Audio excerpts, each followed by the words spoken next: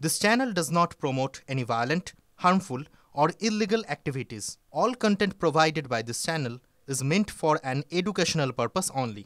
MDH chana mosla এখন ছোলা হোক বা বরবটি দানা, সাদা চানা হোক বা কালো, সব রান্নাই হবে অসাধারণ। জলপাইগুড়িতে বামেদের বিডিও অফিস অভিযানকে ঘিরে ধুন্ধুমার কাণ্ড। জব কার্ড বাঁচাও আন্দোলনে পুলিশের বাধার মুখে বাম কর্মী সমর্থকরা।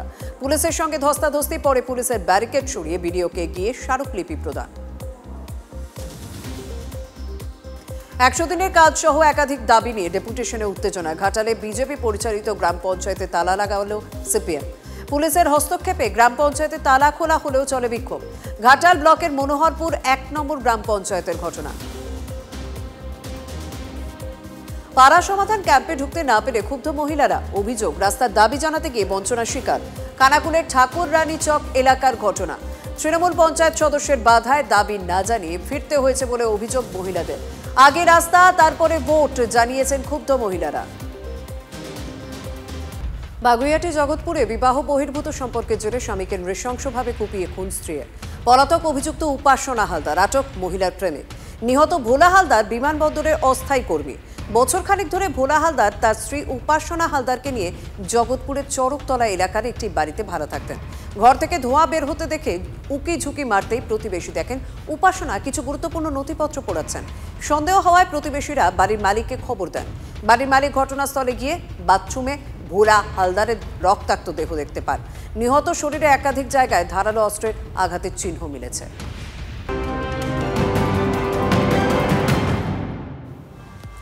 অনির্বাণ, স্কুলে মিড ডে মিল খাওয়ানো একটা দায়িত্ব, কিন্তু দায়িত্বটা শুধুমাত্র দায়িত্ব বলেই কি দেখা হচ্ছে? মানে দায় ঝেড়ে ফেলা, সেখানে যা খুশি হতে পারে, কারণ সেরকমই ঘটনা ঘটেছে। আমরা সেই ছবি এবার আপনাদের দেখাবো। যথাযথ নজর কি প্রশাসনের রয়েছে, এই প্রশ্নটা তুলছি, তা জানতে যেতে হবে আপনাদের জাবুরিয়ায়।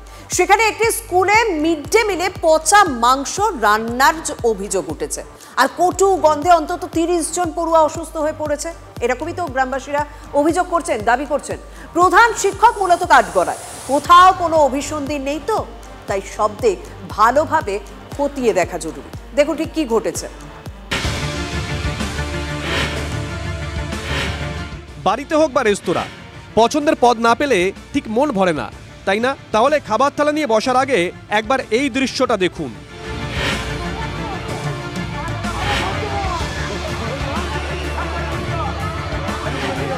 পশ্চিম বর্ধমানের জামুরিয়ার বেলডাঙ্গা আদিবাসী প্রাথমিক বিদ্যালয়ের বাচ্চাগুলোর এই অবস্থা কিভাবে হলো জানেন? ওদের মুখেই শুনুন।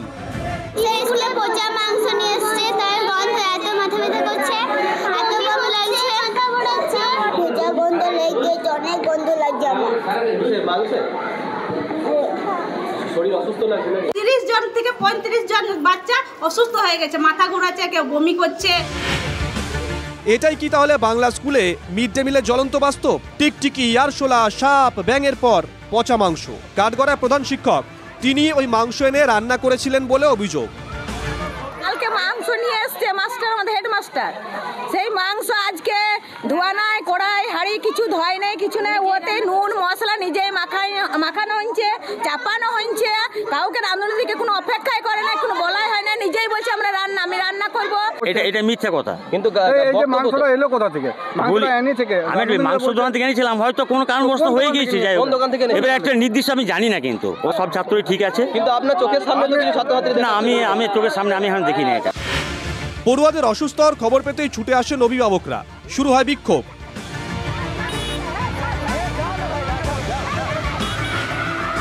বাচ্চাদের সাথে তাদের স্বাস্থ্যের প্রতি এইভাবে কেউ খেলা করবে, এটা কেউ কখনো মেনে নিতে পারে না। তাই প্রশাসনের কাছে আমাদের আবেদন, সব দিক খতিয়ে দেখে এর ব্যবস্থা গ্রহণ করা হোক। কেন্দ্র সরকার থেকে যে সমস্ত টাকা এই বাচ্চাদের জন্য দেওয়া হচ্ছে, যে পরিমাণে খাবার দেওয়া উচিত সেই পরিমাণে খাবার এই বাচ্চাদের কাছে আসছে না। তার কারণ এখানে তৃণমূলে যারা নেতা মন্ত্রী তারা আছে, তারা এখানেও কাটমানি চাইছে। কোথাও মিড ডে মিলে পড়ুয়াদের ইলিশ খাওয়ানো হলে ফলাও করে প্রচার করা হয়। জনপ্রতিনিধিরা স্কুল পরিদর্শনে গিয়ে মিড ডে মিল চেখে দেখলে ভিড় জমে যায়। কিন্তু পড়ুয়াদের মিড ডে মিলে কি দেওয়া হচ্ছে, তার গুণগত মান কতটা, নিত্যতা পরীক্ষা করার পরিকাঠামো আছে কিনা, সেসব নিয়ে আর কতজনই বা মাথা ঘামায়। ঘটনার কি জন্য কি পুরা কোনো পদক্ষেপ নেওয়া হবে? আজকে যা ঘটনা ঘটেছে এই একটা তো প্রতিকার করতেই হবে, আগে ভবিষ্যতে না হয় সে চেষ্টা করতে। মিড ডে মিলে এই মুহূর্তে 2 সরকারের অবদান। প্রাক প্রাথমিকে পড়ুয়া পিছু 6 টাকা 78 পয়সা এবং উচ্চ প্রাথমিকে 10 টাকা 17 পয়সা। স্কুল ছুট কমানোর লক্ষ্যেই দেশে চালু হয়েছিল মিড ডে মিল। মনে হতে পারে এই মাগ্গি গন্ডার বাজারে এ টাকায় কি বা হয়, কিন্তু কি জানেন তো গরিব বাড়ির বাচ্চা ছেলে মেয়েগুলোর কাছে এই খাবারটাই অমৃতের সমান। মনে হয় নাকি ওদের কথা ভেবে, দেশের ভবিষ্যতের কথা চিন্তা করে মিড ডে মিলের ক্ষেত্রে আরো সতর্ক হওয়া উচিত প্রশাসনের। পশ্চিম বর্ধমান থেকে চন্দ্রশেখর চট্টোপাধ্যায়ের রিপোর্ট, TV9 বাংলা।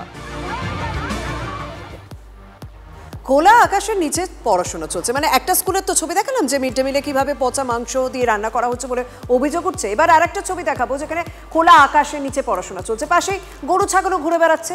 আর এই শোচনীয় ছবি গোঘাটের ডাংলি আদিবাসী পাড়ার ICDS সেন্টারে, যেখানে রান্না হচ্ছে তার পাশেই চট দিয়ে ঘেরা শৌচালয়। এটাই কি বাংলার স্বাস্থ্যসম্মত শিক্ষা ব্যবস্থা? গয়ে গরু, ছয়ে ছাগল, পড়াশোনা চলছে খোলা আকাশের নিচে। পড়ুয়াদের পাশে বসে ওই যে বললাম গয়ে গরু, ছয়ে ছাগল, কয়েক হাত দূরে চট দিয়ে ঘেরা শৌচালয়। আর তার পাশেই চলছে অন্তঃসত্ত্বা আর শিশুদের জন্য রান্না বান্না। এটাই হুগলির গোঘাটের ভাংড়ি আদিবাসী পাড়ায় অঙ্গনওয়াড়ি কেন্দ্রের ছবি। আর এই ছবি চোখে আঙুল দিয়ে দেখিয়ে দিচ্ছে রাজ্যের শিক্ষা ব্যবস্থার দৈন্যদশা। হ্যাঁ, ছাগল গরু এইভাবেই পড়াতে হয়। ছাতা বর্ষাকালে বৃষ্টি আসলে আমার ঘর ঢুকে যেতে হয়, লোকের বাড়ির আশ্রয়, দুয়ারে দুয়ারে আশ্রয় নিতে হয়। প্রায় 14 বছর আগে শুরু হয়েছিল এই অঙ্গনওয়াড়ি কেন্দ্র, কিন্তু এখনো সেই খোলা আকাশের নিচেই চলছে পড়াশোনা। এই গাছতলায় আমার বাচ্চাদেরকে নিয়ে আসছি, পড়াচ্ছি। এরকম করে পড়ানো যাবে কি? 14-15 বছর চলছে এরকম করি। শৌচালয় এই ঘরটা, হ্যাঁ এই পাশে বই যে পড়ছে, এই গ্যাস গন্ধে কোনোদিন পড়াশোনা হয়? স্থানীয়দের দাবি কয়েক বছর আগে অঙ্গনওয়াড়ির ঘর তৈরির জন্য সরকারি জমি বরাদ্দ করা হয়েছে, কিন্তু এতদিনেও সেখানে একটা ইটও পড়েনি। টেন্ডার দেওয়া হলেও পরে তা বাতিল করে দেন গোঘাট 1-এর বিডিও। স্থানীয়দের অভিযোগ, বারবার প্রশাসনের দ্বারস্থ হলে শুধুই মিলেছে আশ্বাস। সব জায়গায় জানানো হয়েছে, অফিস থেকে, বিডিও থেকে, সব জায়গায় জানানো হয়েছে। ওরা বলছে তো হবে, লিস্টে নাম বেরিয়েছে। কি জানি কি করছে সরকার, তারাই জানে। সরকার কোনো কিছুই দেখেনি এখনো। শুধু তাই নয়, অঙ্গনওয়াড়ি একমাত্র শিক্ষিকা, তবে রান্নার কোনো লোক সরকারিভাবে নেই। নিজের গাঁটের করে খরচ করে রাঁধুনি রাখতে হয়েছে ওই শিক্ষিকাকেই। রাঁধুনি নেই, হেল্পার নেই, উপরন্তু কেন্দ্র নেই, লোকের বাড়িতে আবার গাছতলায়। অঙ্গনওয়াড়ি প্রকল্পের মাধ্যমে অন্তঃসত্ত্বা মহিলা ও শিশুদের পুষ্টি, স্বাস্থ্য ও শিক্ষার চাহিদা মেটানো হয়। আর সেখানে এই অঙ্গনওয়াড়ি কেন্দ্রে খাবারে দেওয়া হচ্ছে ভাত আর সেদ্ধ ডিম। পশ্চিমবাংলার শিক্ষা ব্যবস্থাকে মমতা ব্যানার্জি অনেকদিন আগেই রাস্তায় নামিয়ে দিয়েছে। এটাই কি উনার পাড়া, উনার সমাধান? কাদের সমাধান করছেন? তৃণমূলের নেতাদের সমাধান হচ্ছে? এর আগে জায়গার সমস্যা ছিল, প্রচুর জায়গার সমস্যা ছিল। ডাংরি পাড়া ওখানে তো সমস্যা ছিল, সমস্যা মিটে যাবে। একবারে তো 100% সমস্যা মেটানো যাবে না। গোঘাট 1-এর বিডিও বলছেন কিছু প্রযুক্তিগত ও আর্থিক কারণে টেন্ডার বাতিল হয়েছে। তন্ময় বৈরাগীর রিপোর্ট, TV9 বাংলা। এই গ্রামে কেউ ডাক্তার বা ইঞ্জিনিয়ার হওয়ার স্বপ্ন দেখে না। দেখা সম্ভব কি? নিদেন পক্ষে সরকারি চাকরি বা ব্যবসা করে স্বনির্ভরতার ভাবনাটাও কেউ মনেই আনতে সাহস পায় না। এখানে একটাই অ্যাম্বিশন, রিল বানাও, ইউটিউবার হও, তাহলেই মাসে মাসে টাকা ঢুকবে। কুলতলির 10 বছরের সোশ্যাল মিডিয়া ইনফ্লুয়েন্সার, যার অস্বাভাবিক মৃত্যু নিয়ে গোটা বাংলা তোলপাড়, তার গ্রামে পৌঁছেছিল TV9 বাংলা। সন্তান কি টাকা বানানোর যন্ত্র?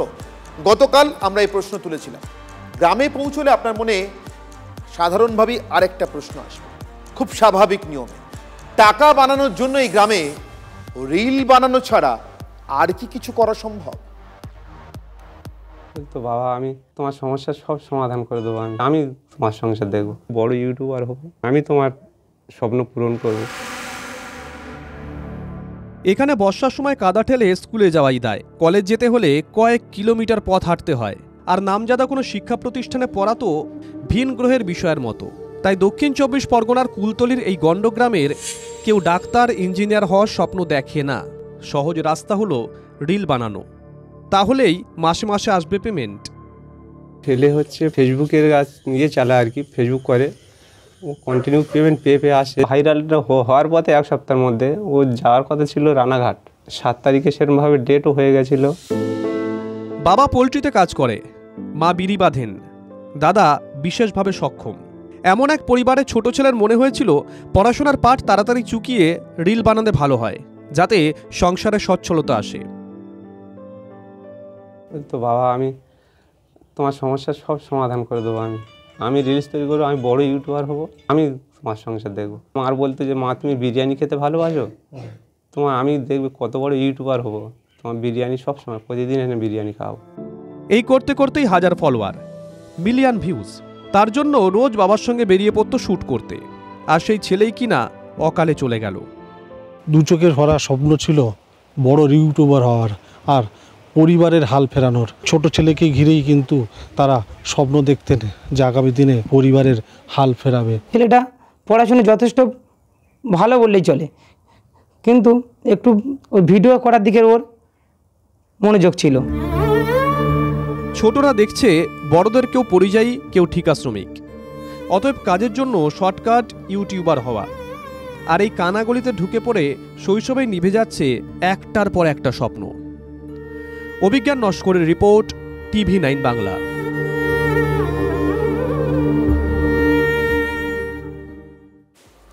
দুদিন পর কৃষ্ণনগরের ছাত্রী খুনে অধরা অভিযুক্ত দেশরাজ সিং। বারবার সিম বদলে পুলিশের চোখে ধুলো দিয়ে বছর 23-এর দেশরাজ কোথায় পালিয়েছে তা খুঁজে দেখা হচ্ছে। দুদিন পর বরাকর থেকে উদ্ধার হলো মোবাইল। দেশরাজের হদিশ এখনো অধরায়। মোবাইলে পুরনো সিম কাঁচরাপাড়ার বাড়িতেই রেখে যায় দেশরাজ। হাওড়া থেকে দুন এক্সপ্রেস ধরে অভিযুক্ত গিয়েছে। বরাকর স্টেশনে নেমে মোবাইল ফেলে দেয় দেশরাজ। পুলিশকে বিভ্রান্ত করতেই মোবাইল ফেলে দেয় সে। বরাকরে এক ব্যক্তি দেশরাজের ফোন কুড়িয়ে পায়। বরাকর থেকে আসানসোলে ফেরে দেশরাজ। আসানসোল থেকে বাগ এক্সপ্রেস ধরে উত্তরপ্রদেশ রওনা দেয় দেশরাজ।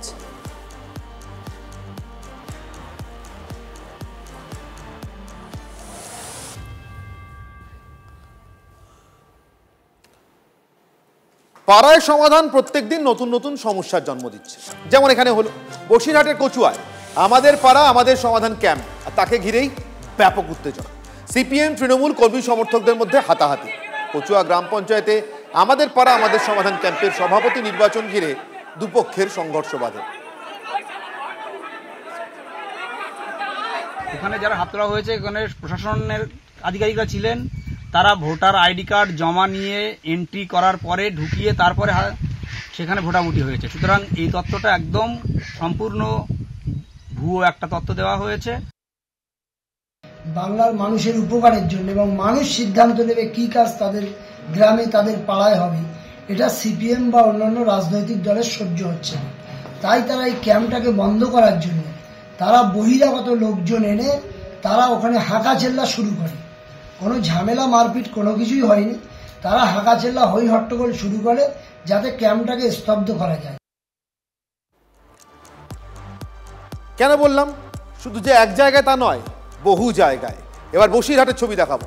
এখানে তৃণমূল সিপিএম এ সংঘর্ষে রীতিমতো তুলকালাম। উপলক্ষই আমাদের পাড়া আমাদের সমাধান, আর তাতেই যত সমস্যা। কমিটির সভাপতি কি হবে তা নিয়ে বচসা আর সংঘর্ষ। তৃণমূলের পঞ্চায়েত সদস্যকে মারধরের অভিযোগ এখানে সিপিএম এর বিরুদ্ধে। আবার বহিরাগত এনে কমিটি করার চেষ্টা করেছে তৃণমূল বলে পাল্টা অভিযোগ এনেছে সিপিএম। বাধা দেওয়াতেই গন্ডগোল বাধে বলে দাবি বামেদের। ওই ক্যাম্পে থাকলে এখানে ক্যাম্প হবে না। অভিযোগ রাজাইপুর গ্রামের সিপিএম এর যিনি মেম্বার আছে তার হাজবেন্ডের নেতৃত্বে বাবলু বলে একজন সমাজ বিরোধী আছে, মফি বলে একটা ছেলে আছে এবং ফিরোজ এবং আসাদুল, এরা চারজনা তারা লোহার রড পাতি এই সমস্ত নিয়ে তারা এই ক্যাম্পে ঢোকে এবং ঢুকে তারা হঠাৎ করে আমাদের মেম্বারদের উপরে এবং আমাদের দলীয় সমর্থকদের উপরে তারা আক্রমণ করে। ওদের ওখানে 3টে বুথ পড়েছিল, 3টে বুথের ভেতরে ওদের কাজটা আগে করে নিয়েছে। কাজটা করে নিয়ে আমাদের বুথে এসে ঝামেলা করবে বলে ওরা সব আমাদের ঘরে ঢুকে গিয়ে আছে। এইবারে যে হাত তুলতে বলেছে বাইরের লোকও হাত তুলেছে অন্য লোকের বুথের। এইবারে যে আমাদের একটা কর্মী বলল যে বাইরের লোক এখানে হাত তুলছে কেন, সেই ওরা হুটটা পাকিয়ে দিয়েছে।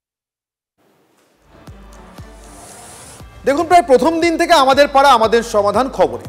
এখন সব থেকে বেশি খবরে কেন এসব ঝামেলা, গন্ডগোল, মারামারি, হাতাহাতি এসবের জন্য। এখন বারবার যদি তৃণমূলের সঙ্গে সিপিএম, তৃণমূলের সঙ্গে বিজেপির সংঘর্ষ খবরে আসে, যেখানে সিপিএম বা বিজেপি নেই সেখানে কি খবর হবে না? খবর করবার জন্য অন্তত নিজেদের মধ্যেই কিছু করা যায়। স্বরূপনগরে বালতি নিত্যানন্দ কাটি গ্রাম পঞ্চায়েতে এবার তাই আমাদের পাড়া আমাদের সমাধান ক্যাম্পে গন্ডগোল বাঁধল তৃণমূলের মধ্যেই। এখানে আর কেউ নেই, ফলে তৃণমূলের বিধায়ক আর জয়েন্ট বিডিওকে আটকে রেখে বিক্ষোভ এবং হেনস্থা চলে। বিধায়ক এবং জয়েন্ট বিডিওকে উদ্ধার করে গিয়ে স্বরূপনগর থানার পুলিশ। তৃণমূলের পঞ্চায়েত প্রধান এবং তার অনুগামীরাই এই বিক্ষোভ করেছে বলে অভিযোগ। পঞ্চায়েত প্রধান এবং গ্রামবাসীদের অভিযোগ যে বিধায়ক দীর্ঘদিন এলাকায় আসেন না। আজ বিধায়ক আমাদের পাড়া আমাদের সমাধান ক্যাম্পে আসাতে ক্ষোভে ফেটে পড়েন গ্রামবাসীরা, কিন্তু নেতৃত্ব কিন্তু এই তৃণমূলেরই গ্রাম পঞ্চায়েত প্রধানের। ফলে বুঝতেই পারছেন বিজেপি বা সিপিএম না থাকলে যে গন্ডগোল হবে না তা না, খবর হওয়ার জন্য অন্তত তৃণমূল তো আছেই আমাদের পাড়া আমাদের সমাধানে নতুন সমস্যা তৈরি করার জন্য।